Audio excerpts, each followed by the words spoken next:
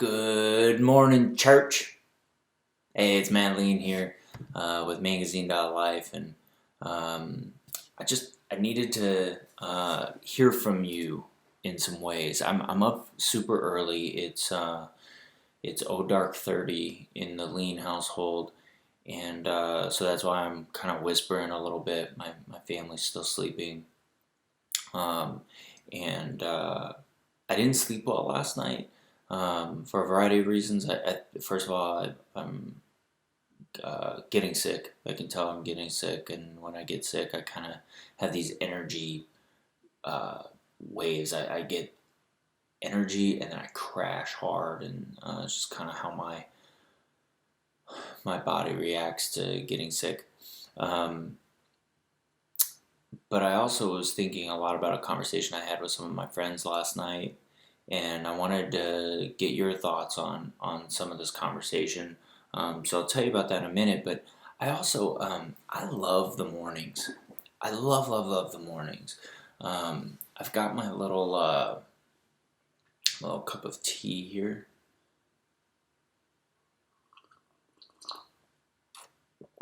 That was stupid. I won't do that again.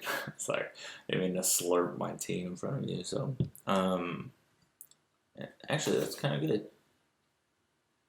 My wife got me some new tea: lemon, ginger, and manuka honey. A welcoming cup of spicy, sweet, organic bliss. I don't know if I got bliss from that. Actually, not really getting much of whatever. So I've got my tea. Um, I love mornings. I just love the sound of the morning before anyone else is up. It's a special kind of quiet that's unique to any other time of day. It's just this special thing that I just react well to. And so I don't wake up early all the time, but when I do, I love it. I love being up early.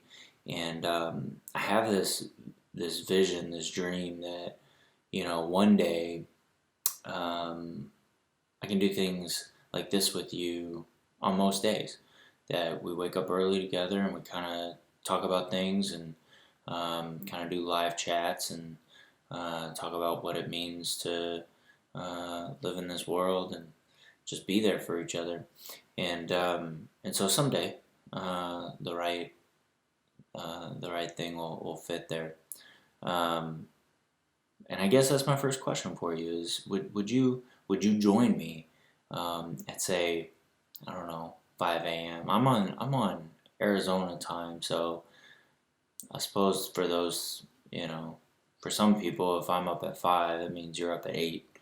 So it's no big deal for you. But um, would you join a live thing where we just kind of chat about the world? And I just think that would be really cool. Anyway, there's a lot going on in the world, and this is not necessarily to get into the news, but my buddy, um, we pass stories back and forth to each other like anybody else. We'd kind of be like, hey, did you hear about that? Or wow, what do you think about this?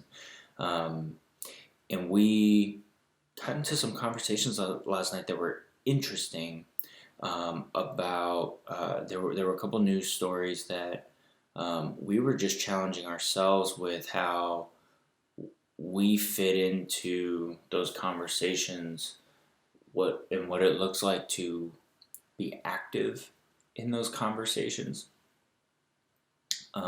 What does it mean to be a good citizen, to be a good neighbor, to be a good human um, in times of disappointment or tragedy or sadness or anger? And I mean, that is the essence of what I believe this whole magazine.life thing, admittedly, very much overbranded. My brain just works that way, and I had to put a lot of effort into things that you probably don't think matter, but it's just my creative journey. I had to kind of go through that to get to this moment where I'm um, giving you the worst possible quality I can offer. but the conversation's awesome. How do we fit in this world together? How do we do this together? When you see something that you know is just awful, what do you do? How do you demonstrate love, and does that even matter to you? Does being a good human toward other people matter to you? And if you hear that and you're like, no, dog eat dog, king of the jungle. Well, even the king of the jungle has morals. So what are yours? And our morals are going to be all over the board, right? We're going to have different people with different perspectives. If anything, I'm hopeful that Magazine.life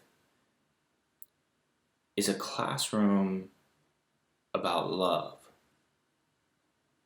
That I, as your fellow student, are in this classroom with you, and that we hear from the greatest teachers ever on the topic of love. Think about Martin Luther King Jr., Gandhi, Jesus, Mother Teresa, Nelson Mandela. I mean, we'll explore people from a wide variety of cultures, wide variety of perspectives, who are all trying to teach us how to live together in love. And love has just grown to mean something different than I think it really means. If you think about it, there's not a phrase more powerful than "I love you." If I say to you, I love you, and I do, by the way, I have a genuine love for other people, the human race. But when I look at you and tell you I love you, it's different than all the words I just said prior to that word. When you're in a relationship with somebody and they say I love you for the first time, it means something. It's this thing.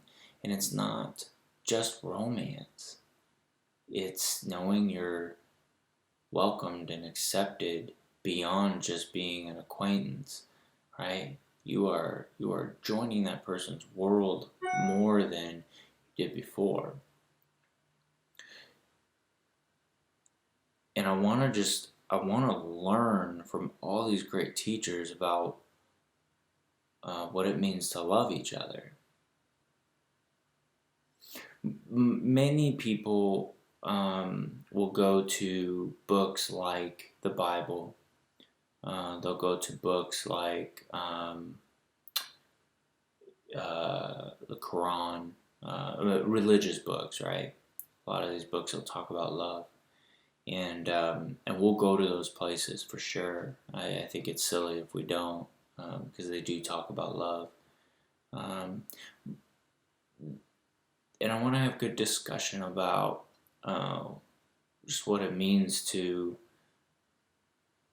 be a person of a foundation of love in situations of tragedy. And so I just asked for your thoughts on that today. Like, what do you think it means to be an active participant in this world and be an active voice that encourages and inspires? And I'm not talking about frilly stuff either, because I start saying this stuff and I hear myself and I'm like, this sounds so hopeful. I just don't see love that way.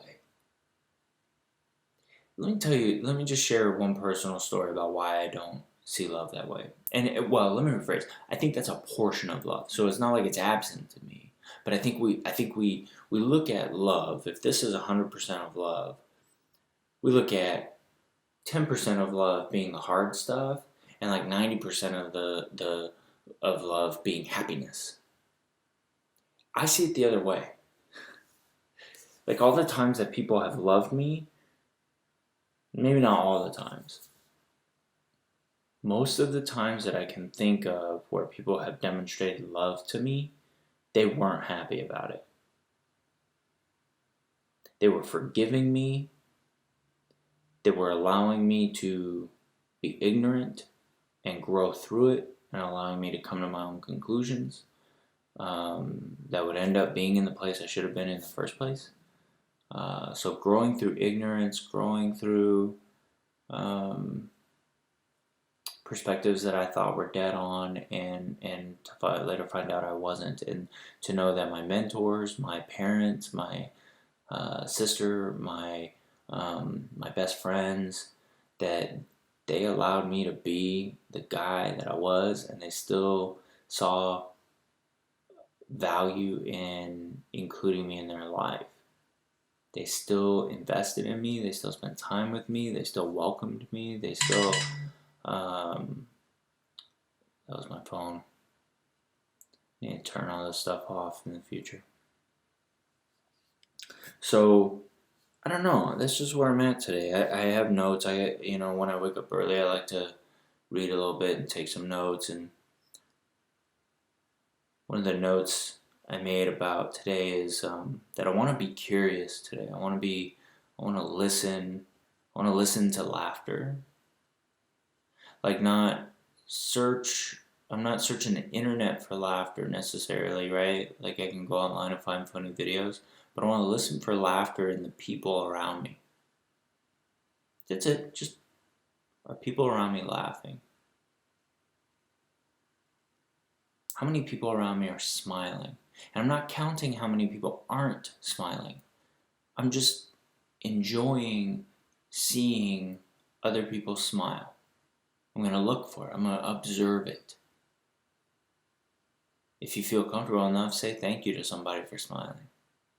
Let them know that you noticed it and it affected your day.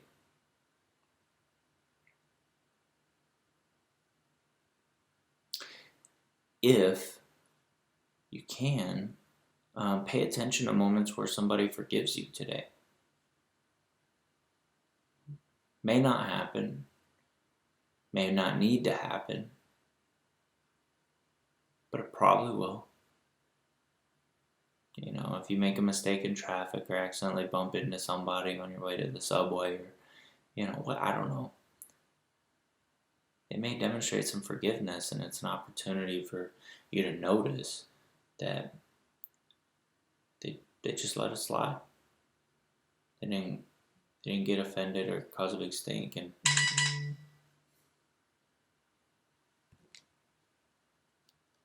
sorry about that. So those are kind of my notes. I'm really enjoying this idea of there being a special being run on love. It's this unlimited time offer, and it's completely free, and it's available 24/7, 365 days a year. And act now, right? Act now, right now. It's a beautiful, beautiful thing.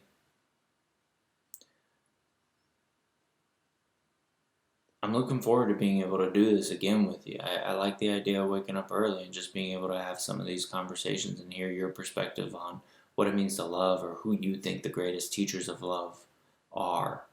And let's learn from all of them. Anyone that taught us how to be humans together brings value into this conversation. And so I welcome it. And you're welcome here. I love you. And I hope you have a wonderful day today.